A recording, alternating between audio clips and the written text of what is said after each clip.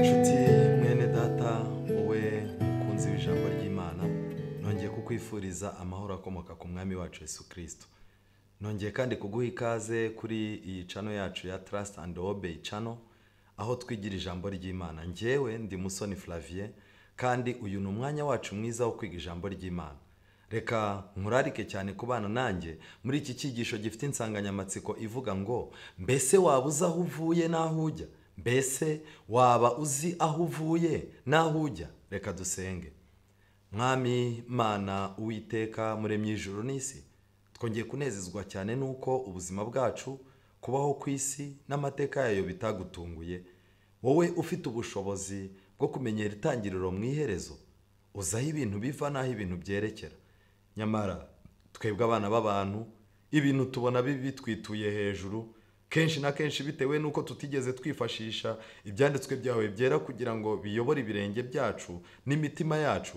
Usanga duhuzagurika, dusitara, imbere yacu kenshi na kenshi tuhabona ibibazo bimeze nk'imitego ndetse n'imisozi. Ariko iyo aba twabanaga nawe, ibyo byose ntibyaba ibibazo. None tubonye umwanya wo kwiga ibyanditswe byera.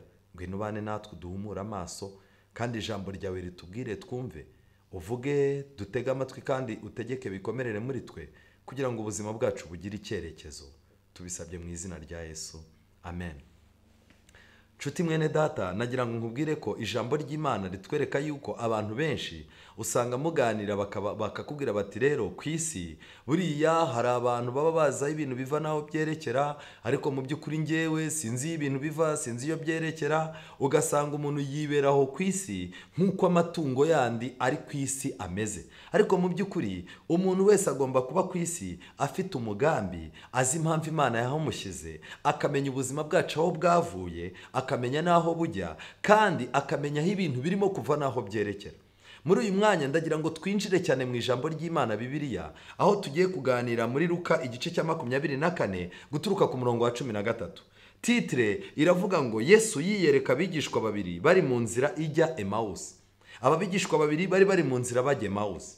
Ariko mu by'ukuri nagira ngo mbabwire inshuti zanjye, muri uru rugendo turimo abantu benshi bari mu rugendo badasobanukiwe, keretse gusa mwuka w'Imana adufatiye muri uru rugendo akagira byinshi adusobanurira.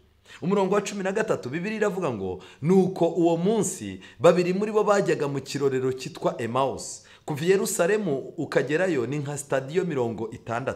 Nuko baganira ibyabaye byose. Aba bantu bagiye baganira ibintu byabaye byose pe. Ariko nanone ikibazo, buriya nanone hari andi mahirwe. Aba bantu bari barimo kuganira ibintu byabaye, ariko ibyinshi ntago bari bazi aho byavaga n'aho byerekera. Buriya rero kuganira ibintu utazi aho biva n'aho byerekera, ushatse wazabireka. Abantu benshi usanga baganira ku bintu, ugasanga abantu barimo baraganira ku bya politike cyangwa baraganira ku bintu by'amadini, ariko ugasanga nta bushakashatsi yakoze ngo amenye ibintu aho byavuye, nta n'ubushakashatsi yakoze ngo amenye ibintu aho byerekera, gusa ni ukubiganira gusa. Umurongo wa 15 twereka yuko bakiganira babazanya, Yesu arabegera ajyana nabo. Amen. Kenshi na kenshi ikiganiro tuba dufite mu mamodoka, ikiganiro tuba dufite tugenda n'amaguru, ikiganiro tuba dufite duteza indege tugiye kurangura, abantu turi mu kuganira, kenshi na kenshi Yesu akunda kwitegereza abantu bigeze bamenye iby'Imana. Iyo bicaye bakajya kuganira, Yesu akunze kuba ari hafi yabo. Reka turebe muri Bibiliya isomo rikomeye riri muri Maraki. Maraki Bibiliya itubwira ngo iki? Maraki, iri somo ndarikunda cyane. Maraki igice cya 3 umurongo wa 16 Bibiliya iravuga ngo maze abubahaga Uwiteka baraganiraga, Uwiteka agatega amatwi akumva, nuko igitabo kikandikirwa imbere ye cy'urwibutso rw'abubahaga Uwiteka bakita ku izina rye. Mu magambo make, Yesu yaraje ngo yumve ibiganiro bafite, agendana nabo. Umurongo wa 16, ariko amaso yabo arabuzwa ngo batamumenya. Amaso yabo ntabwo yabashije kumenya yuko ari Yesu bari kumwe. Arangije arababaza ati, muragenda mubazanye ibiki? Bahagarara bagaragaje umubabaro, barababaye cyane, barahagaze barababara. umwe muri bo witwaga Kileopa aramusubiza ati, mbese ni wowe wenyine mu bashyitsi b'i Yerusalemu utazi ibyahabaye muri iyi minsi? Yesu bahise bamwita umushyitsi. N'uyu munsi wa none niko bimeze. Hari amadini menshi ujyamo ugasanga abantu baravuze ngo mureke twakire ngo twakire data wa twese, ngo twakire ngo Imana, ngo n'umwuka wera, data wa twese na Yesu n'umwuka wera. Abantu barangiza bagakoma amashyi bagakubita ibikobwakobwa ngo baramwakiriye. Ukibaza, ese urusengero barimo gusengeramo ni urwande? Ko Bibiliya ivuga ngo inzu yanjye zitwiye gusengerwamo n'amahanga, Imana ikaba ariyo nyiri urusengero, ahubwo abantu aribo bagomba kuza ari abashyitsi. None ni gute? Yesu rero aba bagabo kubera kutamenya ibyanditswe byera, Yesu bamwise umushyitsi. Baramubaza batari ku bundi ni wowe wenyine uri muri Yerusalemu utazi ibintu byahabaye? Mu by'ukuri Yesu yari ategereje kuganira nabo ngo abereke yuko batazi aho ibintu biva, batazi n'aho ibintu byerekera. Noneho rero murongo wa 19 arababaza ati, ni ibiki? Barangije bati, ni ibya Yesu w'i Nazareti. Wari umuhanuzi ukomeye, ntago bamwise umwana w'Imana, bamwise umuhanuzi. Ubu ni ubujiji bwa mbere. Bamwise umuhanuzi, yari umuhanuzi ukomeye mu byo yakoraga n'ibyo yavugaga imbere y'Imana n'imbere y'abantu byose. Kandi twavuganaga uburyo abatambyi bakuru n'abatware bacu bamutanze ngo acirwe urubanza rwo gupfa bakamubamba, kandi twiringiraga yuko ari we uzacungura Abisiraheli. Uretse ibyo, dore uyu munsi ni umunsi wa gatatu uhereye aho ibyo bintu byabereye. Barimo baraha Yesu amakuru, kandi mu by'ukuri Yesu niwe icyo gikorwa cyabayeho. Baravuga batumva, twiringiraga yuko ari we uzacungura Abisiraheli. Mu magambo make, biringiye ubusa, barimo baramumenera amabanga. Ikindi, baremeza yuko abatware babo ari bo bishe Yesu, ariko nanone barangiza Yesu barimo baramwita umuhanuzi. Byagenze gute rero? Umurongo ukurikira iki gice kuko kirakomeye cyane, Luka igice cya 23, twongere dusubireyo. Ijambo ry'Imana riravuga ngo iki? Luka igice cya 20, igice cya 24. Noneho birangiye Yesu arababaza ati, ni ibiki? Bati, ni ibya Yesu. Barakomeza, twiringiraga. Umurongo wa 21. Noneho umurongo wa 22, none abagore bo muri twe badutangaje kuko bazindutse bajya ku gituro ntibasangamo intumbi ye, nuko baraza batubwira ko babonekewe n'abamarayika bakababwira ko ari muzima. Kandi bamwe bo mu bari bari kumwe natwe bagiye ku gituro basanga ariko biri uko abagore batubwiye, ariko we ntibamubona. Umurongo wa 25, Yesu nawe arangije agiye kuganira nabo, arababwira ati, mwabapfu mwe. Kubera iki Yesu yabise abapfu? Mu by'ukuri ntabwo bari barapfuye, ariko mu by'ukuri ku bigendanye n'Imana bari abapfu. Kubera iki? Bari bafite nosiyo, bari bafite amakuru adahagije mu bintu by'ijambo ry'Imana, kandi ayo makuru bakundaga kuyaganira nk'aho ari ay'ukuri. Mbega uburyo abantu benshi bari mu madini bafite amakuru atuzuye ku bigendanye n'ijambo ry'Imana, kandi kenshi uba usanga bashaka kuyaganira no kuyigisha mu gihe bakagombye kwicara ngo bamenye icyo ijambo ry'Imana rivuga. Yesu yabise abapfu, arababwira ati, mwabapfu mwe, imitima yanyu itinze cyane kwizera ibyo abahanuzi bavuze byose. None se Kristo ntiyari akwiriye kubabazwa atyo ngo abone kwinjira mu bwiza bwe?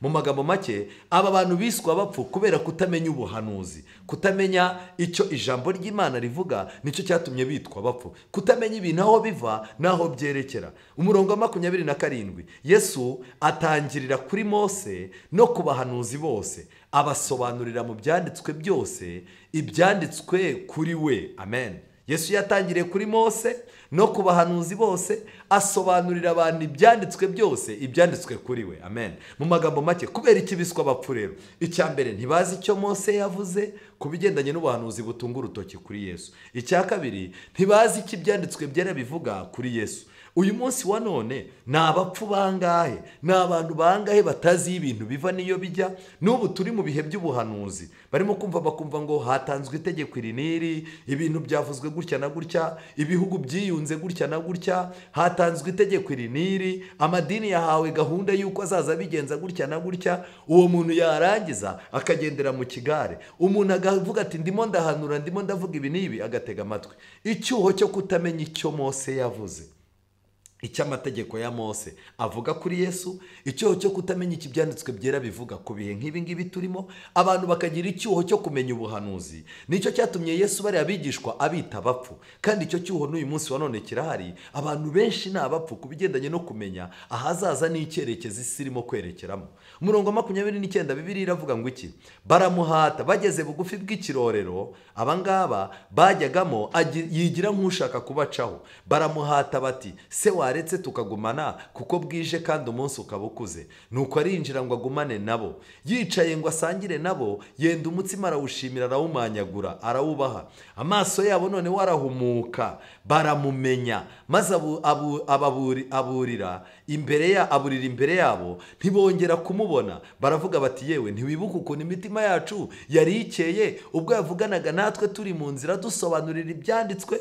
Mu magambo make, aya magambo, igihe Yesu yinjiye akagumana nabo, yasangiye nabo, yenda umutsima arawushimira, arawumanyagura, arawubaha, noneho barangije bahumuka amaso. N'uyu munsi wa none abantu barimo kumanyagura, Yesu arimo kumanyagurira umutsima, ari wo byanditswe byera, ari wo ijambo ry'Imana. Bafite amahirwe yo guhumuka bakamenya ibihe aho birimo kuva n'aho birimo kwerekera. Kristo afite ububasha bwo kubaha kunezezwa n'urugendo, bagakomeza urugendo, noneho imitima yabo ikanyurwa. Muri no minsi imitima y'abantu irihebye, abantu bafite ibibazo byinshi, ubwoba bwarabarenze. Ariko iyo ibyanditswe byera abantu babyigaga nk'uko ijambo ry'Imana ribivuga, abantu baruhuka. Impamvu abantu ari abapfu uyu munsi wa none, kuki abantu ari abapfu? Nuko ntabwo bemera ijambo ry'Imana ryose ngo ribabere umuyobozi, kandi abantu ntibarimo kwemerera Kristo ngo ababwire ibintu aho biva n'aho byerekera.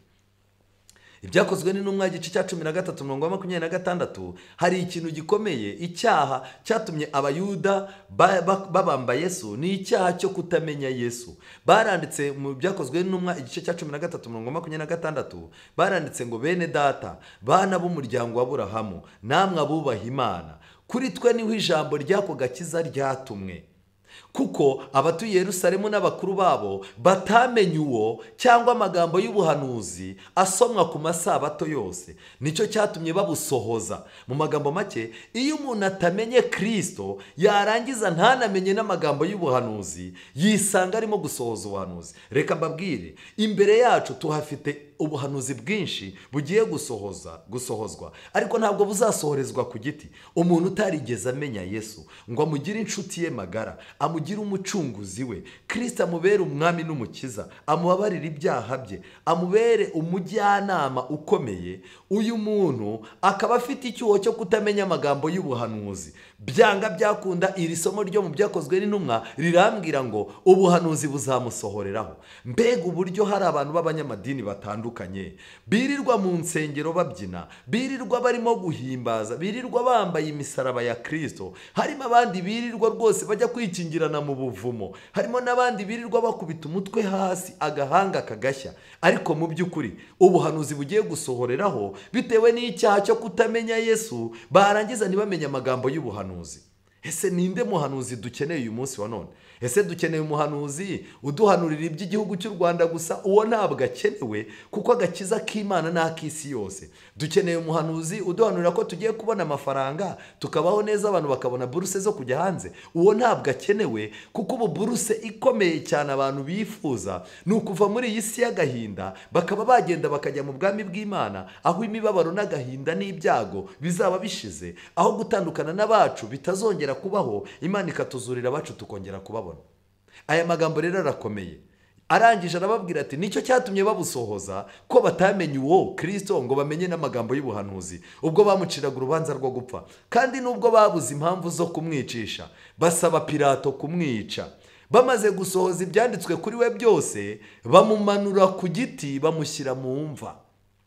Mu magambo make, hano harimo haragaragaramo iki? Ikibazo gikomeye cyo kutamenya ubuhanuzi, ikibazo gikomeye cyo kutizera Yesu. Hakabaho abayobozi b'amadini bazifatanya na Pilato kugira ngo bice Yesu. Yesu yaravuze ngo, umuntu ugirira nabi abanjye ni njyewe abagirira nabi. Ibi bintu bigiye gusubirwamo rero. Abana b'Imana bagiye kwerekezwa mu bihe bibi by'akarengane no gupfunyikwa no guteshwa agaciro, kandi byanga byakunda abayobozi b'amadini bazasaba Pilato Pilato ubuyobozi bw'isi buzaba bukomeye yuko Pilato yakwica Yesu, kandi ibyo byose bizaterwa n'uko abantu batigeze bamenya Yesu ngo banamenye ubuhanuzi aho bwerekera. Ibi biri imbere yacu. Mu rwa kabiri rwa Petero, urwandiko rwa kabiri rwa Petero igice cya 19, Bibiliya iravuga ngo nyamara rero dufite ijambo ryahanuwe rirushaho gukomera. Amagambo make, ijambo ryahanuwe rirushaho gukomera. Iri jambo ryahanuwe rirusha gukomera amagambo y'abanyapolitike b'isi, iri jambo rirusha gukomera amagambo y'abayobozi b'amadini, iri jambo rirusha gukomera ababwiriza b'ibirangirire bakunzwe, iri jambo ry'Imana rirusha gukomera imyanzuro ababyeyi bawe bagufatira no kukwihaniza uko ariko kose. Petero arangije ati rero dufite ijambo ryahanuwe rirushaho gukomera, kandi muzaba mukoze neza nimuryitaho, kuko rimeze nk'itabaza rimurika hacuze umwijima rigakesha ijoro. Ndimo ndababwira yuko turi mu ijoro, abantu benshi barimo baragenda basitara, ntibazi iyo barimo kujya. Isi yamaze gucura umwijima, ibintu byose byataye icyerekezo, ariko ku bantu bafite ijambo ry'Imana riramurika ukagenda utarindagira. Nshuti, jya ugendera mu mucyo, weye kurindagira. Umwuka wera wo mu ijuru ajya kumurikira. Gendera mu mucyo w'ijambo ry'Imana. Isi igiye kugotwa n'umucyo, byukura bagirane, kuko ubwiza bw'Uwiteka bukurasiye. Dore amahanga, umwijima uzagota amahanga, umwijima uzagota isi, ariko wowe byuka. Nshuti zanjye, nagira mbabwire ngo aya magambo ari muri Yesaya 60. Turimo turasoma urwa kabiri rwa Petero igice cya 19, rigakesha ijoro, rikagezaho inyenyeri yo mu ruturuturu izabandurira mu mitima yanyu. Uyu ni Kristo ugomba kwinjira muri mwebwe. Ariko mubanze kumenya yuko ari nta buhanuzi bwo mu byanditswe byera bubasha gusobanurwa uko umuntu wese yishakiye. Uyu munsi wa none ibyanditswe byera, yaba Kristo yaba n'ubuhanuzi, abantu barimo barabikatisha uko bashaka. Amadini, buri dini ryose rifite Yesu waryo, rifite uko rimufata, Yesu uhuje n'imisengere y'iryo dini. Barangiza kandi ubuhanuzi bwa Bibiliya babukatisha bakurikije uko amadini yabo abigisha uko bashaka. Ariko nta buhanuzi bugomba gusobanurwa uko umuntu wese yishakiye, kuko ari nta buhanuzi bwazanywe n'ubushake bw'umuntu, ahubwo abantu b'Imana bavugaga ibyavaga ku Mana bashorewe n'Umwuka Wera. Ubu rero uyu munsi wa none abantu bazavuga bashorewe na Mwuka Wera nibo bazerekana ibihe aho birimo kwerekeza. Ndagukangurira cyane kwiga Daniyeli, igitabo cya Daniyeli n'iki byahishuwe, kuko Imana igufitiye umugambi mwiza. Mu gitabo gikomeye nkunda cy'abahanuzi n'abami, ni igitabo kinsobanura amateka y'ibihe bigeze, paje 497, ni icyigisho cya 43 cyitwa umurinzi uwitegerezaga utaboneshwa ijisho. Muri iki cyigisho baranditse ngo ubuhanuzi ndiho ukomeye yatanze, ndiho ukomeye ni Kristo. Ubuhanuzi ndiho ukomeye yatanze mu ijambo rye bugenda buhuza amapfundo ku mugozi w'uruhererekane rw'ibibaho. Mu magambo make, hari uruhererekane rw'ibintu birimo kubaho, kandi urwo ruhererekane rufite amapfundo. Buri kintu kimwe kirimo kirifatanya n'ikindi. Ibyago birimo birifatanya n'ibyorezo. Ibyorezo nk'iki cya korona kirimo kirifatanya no kuzambya imitungo, kikazambya imisengere, kikazambya ibintu byose, kandi icyo cyorezo nacyo gifitanye ipfundo n'itegeko ry'icyumweru. Itegeko ry'icyumweru naryo rifitanye ipfundo no gukuraho ubwami bwose, hakajyaho ubwami bugomba kuyoborwa na Satani n'abantu be, kandi ubwo bwami bukabangamira abantu b'Imana. Aho niho hagomba kuzamo akarengane, kandi hirya y'akarengane hari ipfundo ry'uko Kristo agomba kugaruka akarengera intore ze. Rero ubu buhanuzi bugenda buhuza amapfundo ku mugozi w'uruhererekane rw'ibibaho. Niba icyorezo cyaje, cyazambije ubutunzi, cyajambije ubuzima, cyazambije politike, cyazambije imisengere, ibintu byose. Icyo nagira mbabwire ngiki, uhereye ibihe bizira iherezo mu gihe cyashize kugeza mu bihe bidashira mu gihe kizaza, ubu buhanuzi butubwira aho tugeze uyu munsi mu rukurikirane rw'ibihe, ndetse n'ibyo twakwitega bizabaho mu gihe kigiye kuza. Amen. Mu magambo make, ubuhanuzi bufite ubushobozi bwo kutubwira ibyabaye, uburyo byagiye byicomekamo, kimwe cyicomeka ku kindi, bukaza bukatugeza uyu munsi wa none, bukanatwereka ibigiye gukurikira. Kugeza uyu munsi, ibyo ubuhanuzi bwavuze byose ko bizaba byanditswe ku mpapuro z'amateka, kandi dushobora kumenya tudashidikanya ko n'ibitari byaba nabyo bizasohora byose nk'uko bigomba gukurikirana. Ngiki cyizere gikomeye dukomora mu ijambo ry'Imana. Uyu munsi wa none nagira ngo mbabwire politike z'isi zagiye zisimburana, ubwami bw'abamedi n'abaperesi, babuloni, ubwami bw'abagiriki, ubwami bw'abaromani, igihe kiragera ubwami bwa Roma bucika intege, haza Vatikani, ariko nayo izageraho nayo iveho. Uyu munsi wa none ubuhanuzi buratubwira byinshi, yaba igishushanyo Nebukadinezari yarose, yaba inyamaswa Daniyeli yarose mu byahishuriwe igice cya 7, yaba ibyahishuriwe 13 n'ibyahishuriwe 14, ibyo bintu byose bigiye bifitanye ipfundo ku ruhererekane rukomeye, kandi buri kintu cyose kirimo kiragenda gisohora. Hagiye haboneka abantu bagiye bashaka gutegeka isi bayitegekesheje ibitekerezo byabo, barimo ba Napoleon n'abandi. Hagiye haboneka ubwami bukomeye, hagiye haboneka Egiputa yagiye ishaka kuzana imisengere, ngo imisengere yiganze yigarurira isi, abaromani barayangira. Ariko n'uyu munsi wa none abaromani nabo imisengere yabo barashaka ko yigaranzura isi.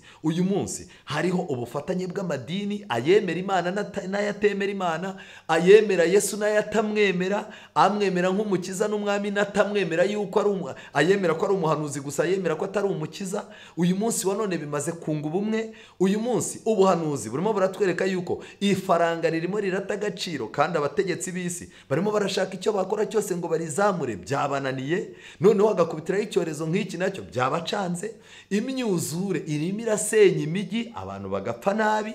Nshuti zanjye, nagira mbabwire ngo uyu munsi wa none akazi karimo karaba gake, abantu barimo barasimburwa n'amarobo mu nganda, ubuhanuzi burimo burasohora bwihuta, aho abantu bazageraho bakitangira itama, bakararira kurira, kandi kuri bake bwaki impundu zikavuga. Bibiliya muri ino minsi irimo iragenda ifunga iminyururu kubera ko ibangamiye sisiteme isi ishaka kuyoborwamo. Niyo mpamvu gufunga Bibiliya nta kundi, icya mbere hari ugufunga ibitekerezo by'umuntu uzayigisha, icya kabiri hari ugufunga ubwisanzure bwo kuyibwiriza.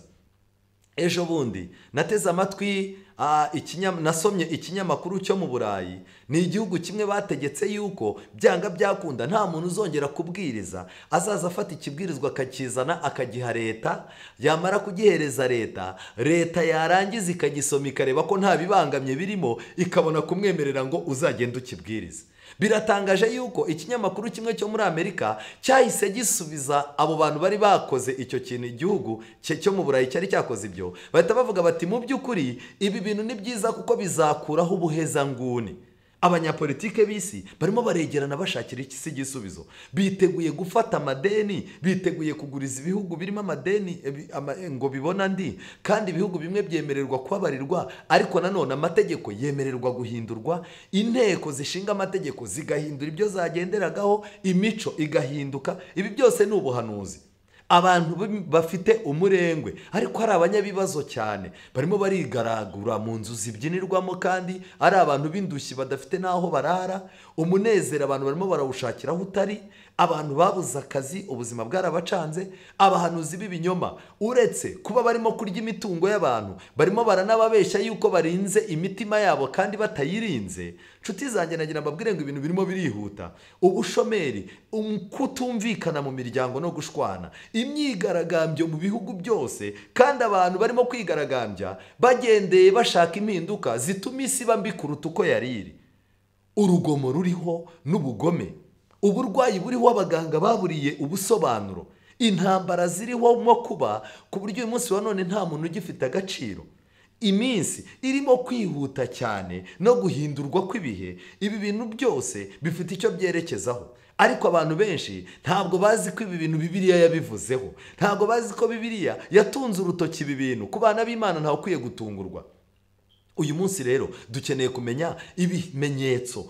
Uyu munsi ko tubonye Bibiliya, ubuhanuzi bugomba kwigishwa, ariko nanone hariho n'abahanuzi b'ibinyoma. Gutegeka kwa 2:13 Bibiliya yavuga ngo muri mwe ntihaboneka umuhanuzi cyangwa umurozi akakubwira ikimenyetso cyangwa igitangaza, icyo kimenyetso cyangwa icyo gitangaza kigasohora. Icyo yakubwiye agira ati duhindukirire izindi imana izo tutigeze kumenya tuzikorere. Ntuzemere amagambo y'uwo murozi, cyangwa ntuzemere amagambo y'uwo murozi, cyangwa kuko Uwiteka Imana yanyu izabibagerageza ngo imenye yuko mukundisha Uwiteka Imana yanyu imitima yanyu yose n'ubugingo bwanyu bwose. Ahubwo mujye muyoborwa n'Uwiteka Imana yanyu, muyubahe, mwitondera amategeko yayo, muyumvire, muyikorere, muyifatanyeho akaramata. Mu magambo make, mu gihe mu minsi y'imperuka iyi turimo abahanuzi b'ibinyoma babaye benshi, twebwe tekinike yacu nta yindi ni ukwiyubaka ku Mana n'amategeko yayo, kandi tukifatanya ku Mana akaramata.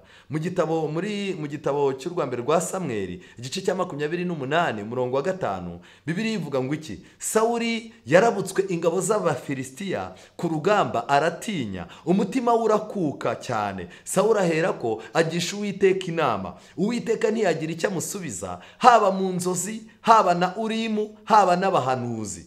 Sawuli aherako abwira abagaragu bati, nimunshakire umushitsikazi njye kumushikisha. Abagaragu be baramusubiza bati, hariho umushitsikazi kuri Endori. Mu magambo make, abantu batitoza kubana n'Imana mu masengesho no mu byanditswe byera, hari igihe kizagera bashakira Uwiteka mu nzozi bamubure, bashakira Uwiteka kuri Urimu bamubure, kandi bashakira Uwiteka mu buhanuzi bw'ibinyoma bamubure, kuko ubuhanuzi nyakuri buri mu byanditswe byera. Ndagira inshuti yanjye mbabwire, ni igiki cyatumye Abisirayeli bajyanwa i Babuloni gikomeye, cyatumye Imana yemera kurekura Abisirayeli bakajyanwa i Babuloni mu bunyage? Kubera iki umunsi wa none itorero ry'Imana ririmo ibibazo? Kubera iki abantu b'Imana bafite ibibazo? Mu gitabo cy'urwa kabiri rw'ingoma, igitabo cya kabiri cy'ingoma cy'ibyo ku ngoma, igice cya 36 umurongo wa 14, Bibiliya iravuga ngo Abayuda bajyanwa i Babuloni ari imbohe. Niki cyabiteye? Kandi abatambyi bakuru bose n'abantu baracumuraga cyane. Mu magambo make, abatambyi bakuru bose n'abantu baracumuraga cyane. Mu magambo make, nta tandukaniro ryari ririho ku muntu uyoboye iby'Imana byo gusenga n'umuntu wo hasi. N'uyu munsi wa none nta tandukaniro rigihari hagati y'umuntu witwa ngo ahagarariye imiyoborere, imisengere, cyangwa umuntu ngo ni umuntu uyobora ibintu byo gusenga by'Imana. Gutandukanya abayobozi bayobora iby'Imana n'abaturage basanzwe nta tandukaniro rigihari. Satani yararisenye. Kandi hano baranditse ngo bagakurikiza ibizira byose bikorwa n'abanyamahanga. Mu magambo make, bakurikizaga ibyo abanyamahanga bakoraga, bagakurikiza ibizira byose bikorwa n'abanyamahanga, bakanduza inzu y'Uwiteka yari yereje i Yerusalemu. Mu magambo make, n'agaciro k'urusengero ntibari bakazi. Rero Uwiteka Imana yabasokuruza ikabatumaho intumwa zayo, ikazinduka kare, igatuma kuko yababariraga abantu bayo n'ubuturo bwayo. Mu magambo make, Imana yagiye ituma abantu, igategura amateraniro ya mu gitondo, ikazinduka kare, ikabatumaho intumwa. Nshuti zanjye, nagira ngo mbibutse, ni inshuro zingahe wagiye muri Nibature? Ni inshuro zingahe wagiye mu materaniro ya mu gitondo? Kenshi Imana yabaga yateguye abantu bazagira icyo bakwigisha, kugira ngo ibintu by'Imana bigire aho bigukura n'aho bikugeza. Umurongo wa 16, ariko bo bagashinyagurira intumwa z'Imana, bagasuzugura amagambo yayo, bagaseka abahanuzi bayo, kugeza ubwo Uwiteka yarakariye abantu be uburakari, ntibabona uko babukira. Mu magambo make, ikintu cyarakaje Imana cyatumye abantu bajyanwa i Babuloni. Abantu bashinyaguriraga intumwa z'Imana, basuzuguraga amagambo y'Imana, kandi bagaseka abahanuzi bayo. N'uyu munsi wa none iki cyaha kirimo kirakorwa n'abantu benshi. Nicyo cyatumye bateza umwami w'Abakarudaya akishishiriza abasore babo inkuta mu nzu y'ubuturo bwabo bwera. Ntibababarire umuhungu cyangwa umukobwa, umusaza cyangwa umusaza rukukuri. Abo bose arabamugabiza. Kandi ibintu byo mu nzu y'Imana byose, ibinini n'ibito, n'iby'ubutunzi byo mu nzu y'Uwiteka, n'iby'ubutunzi by'umwami, n'iby'abatware be, ibyo byose bijyanwa i Babuloni. Mu magambo make, uyu munsi wa none hatabayeho kwihana, abantu benshi barimo barasuzugura iby'Imana, abantu barimo barasuzugura intumwa z'Imana, abantu barimo barasuzugura ubuhanuzi bw'Imana, babwita yuko ari ibikabyo, ari iterabwoba. Abantu uyu munsi wa none nta tandukaniro riri hagati y'abatambyi bakuru ndetse n'abantu barimo baracumura kimwe. Mu magambo make, Satani agomba gusenya itandukaniro riri hagati y'abantu bakunda Imana n'abatayikunda. Satani arashaka gusenya itandukaniro riri hagati y'abantu bayoboraga iby'imisengere na rubanda rugiseseka. Kandi nagira ngo mbabwire inshuti zanjye, ibi byago n'ibigeragezo n'aya makuba turimo gucamo birimo birasenya ibintu byinshi. twihuta uyu munsi wa none Yesaya 30:8 Bibiliya iravuga ngo nuko genda ubyandikire ku gisate imbere yabo, ubyandike no mu gitabo, bibi by'igihe kizaza kugeza iteka ryose, kuko ari ubwoko bugoma, abana babeshya, abana badakunda kumva amategeko y'Uwiteka. Babwira bamenya bati ntimukarebe, bakabwira n'abahanuzi bati ntimukaduhanurire iby'ukuri, ahubwo mujye mutubwiriza ibyoroheje muhanura ibinyoma. Uyu munsi wa none ngiki kintu gikomeye kandi gikenewe. Abantu barimo barabwira bamenya bati ntukarebe. Uyu munsi wa none abayobozi b'amadini barimo barashaka yuko abantu Imana yahumuye amaso ku byanditswe byera bareba nk'uko nabo bareba, ntibarebe kure. Noneho ikindi, uyu munsi wa none abayobozi b'amadini, abantu benshi barimo baravuga batumva ntimukaduhanurire iby'ukuri, ahubwo mujye mutubwiriza ibyoroheje muhanura ibinyoma. Niyo mpamvu uyu munsi wa none abantu bagiye gutangira kubwirizwa ibibwirizwa byoroheje, abantu bagiye gutangira kubwirizwa ibibwirizwa by'ibipindi, ibintu by'ibinyoma, kugira ngo batabababaza kandi batabahumura ngo bamenye aho ubuhanuzi bugeze.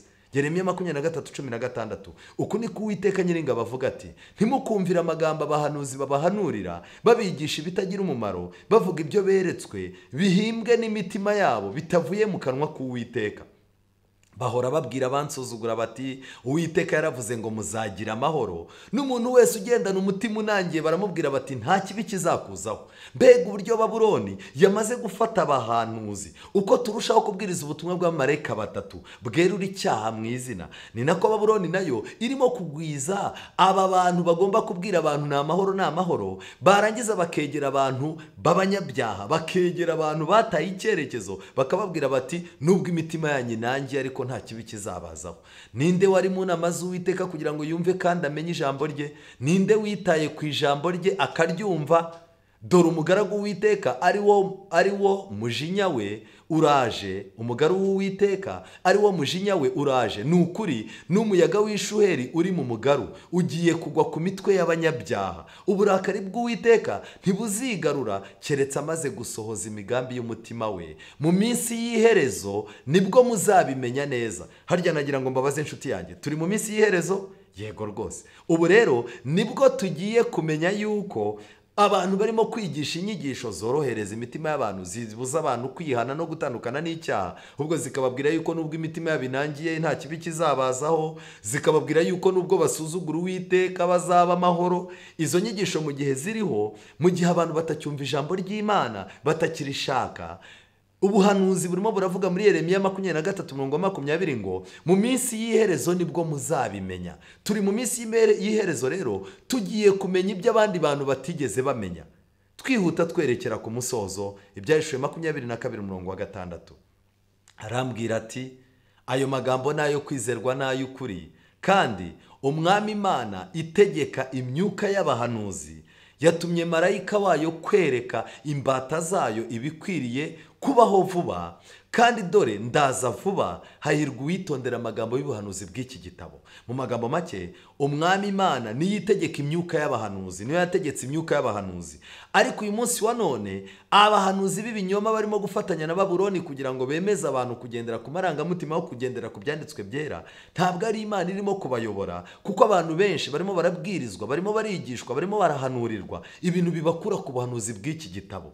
Luka 16:27 Bibiliya iravuga ngo nawe ati ndakwinginze sogokuru, ni igitekerezo cy'umutunzi na Lazaro, ariko ijambo nshaka muritega amatwi. Nawe ati ndakwinginze sogokuru, ngo nibura umwohereze kwa data, kuko mfite bene data 5, ababurire ngo nabo batazaza aha hantu ho kubabarizwa cyane. 29 wari umugani Yesu yacaga, wari usanzwe ari umugani uriho, ariko yari afite ikintu kimwe yashakaga gutsindagira. Wari umugani abantu baciye utanditse mu byanditswe byera, ariko Yesu yashakaga guca akarongo ku magambo nifuza ko dutahana cyane muri iki cyigisho. Aburahamu aramubwira ati bafite Mose n'abahanuzi babumvire. Uyu yari umutunzi wari urimo kubwira Aburahamu ati gerageza byibuze wohereze umuntu agenda ajye kuburira abantu nasize batazaza aha hantu habindi. Aburahamu aramubwira ati bafite Mose n'abahanuzi babumvire. Nawe ati oya sogokuru. Aburahamu ahubwo nihagira uzuka akabasanga wenda bazihana. Umurongo wa 31 arangije aramubwira ati nibatumvira Mose n'abahanuzi ntibakwemera naho umuntu yazuka. Uyu munsi wa none rero igitangaza Imana irimo gukora ni ukuzura umuntu mu buryo bwa mwuka, naho nubwo n'igitangaza icyo ari cyo cyose cyakorwa ntacyo cyamara. Uyu munsi ikintu gikomeye Imana irashaka yuko abantu bumvira Mose bakumvira abahanuzi. Mose yari ahagarariye amategeko y'Imana, abahanuzi bari bahagarariye ijambo ry'Imana ryose ryahumetswe. Nimwitoze kumvira ijambo ry'Imana, mwitoze kumvira amategeko yayo 10. Aya mategeko yayo 10 nubwo agiye guhangana n'amategeko y'isi, ariko mu ijuru hari Imana igiye kubana namwe. Rero nshuti zanjye, nagira ngo mbabwire ngo niba ushaka kumenya aho ibintu biva naho bijya, ukaba udashaka gutwarwa n'amarangamutima gusa cyangwa ibintu abantu barimo kugenda bavangavanga, ndakwinginze fata iki gitabo kikubera umujyanama. Pfuka musenga ubwira Imana uti ndambuye amaboko, mbwira aho nerekera, ngira inama, icyerekezo, mpa gutandukanya ukuri n'ibinyoma, kandi byanga byakunda ntabwo uzaba umupfu. Mbega uburyo abantu benshi ari abapfu, ariko ndakwifuriza kutaba umupfu mu gihe cyose ugiye kumarana na Kristo, kugira ngo akumanyagurire umutsima, uri buhumuke umenye ibintu aho biva naho byerekera. Ngiryo isengesho ryanjye, ari nacyo cyifuzo cyanjye, mu izina rya Yesu, amen. Dusenge. Uwiteka Mana nziza, izina ryawe rihabwe icyubahiro. Abantu benshi kubera kutamenya ibintu biva naho byerekera, barimo baraguraguza inyenyeri ngo bamenye ahazaza habo naho isi muri rusange. Abandi barimo barifashisha ubupfumu kugira ngo bamenye aho ibihe byerekera. Abandi b'abanyapolitike barimo baricara bakayoborwa n'imbaraga ya Satani. Abenshi bagashyiraho amategeko abangamira umurimo wawe, abangamira abantu wawe, kandi abangamira umudendezo w'umutimanama. Mu by'ukuri ariko bakumva yuko barimo kugerageza ngo bashake kumenya icyihishe imbere. Ariko hari n'irindi tsinda ry'abantu bagenda mu buhumyi, batazi aho ibintu biva naho byerekera, bibereye mu modoka y'isi, barimo bagenda mu modoka ifite umuvuduko badashobora gusimbuka, kandi batazi ibintu aho biva naho byerekera. Ariko ufite nawe ubwoko buri ku isi budatungurwa n'ibirimo kuba, bitewe n'uko ijambo ryawe ryabahumuye amaso. Uko babumbura bamanyagura umutsima bari kumwe nawe bamanyagurira umutsima, niko bahumuka bakamenya aho ibintu biva naho byerekera. Rero uyu munsi wa none uduhe kukumenya no kumenya ubuhanuzi, kugira ngo butadusohoreraho, kandi umwuka wawe wera atera ikimenyetso ku mitima yacu cyo kwihana no kubabarirwa, kugira ngo tube ubwoko bwawe tutazatungurwa n'ibihe. Tubisabye mu izina rya Yesu, amen.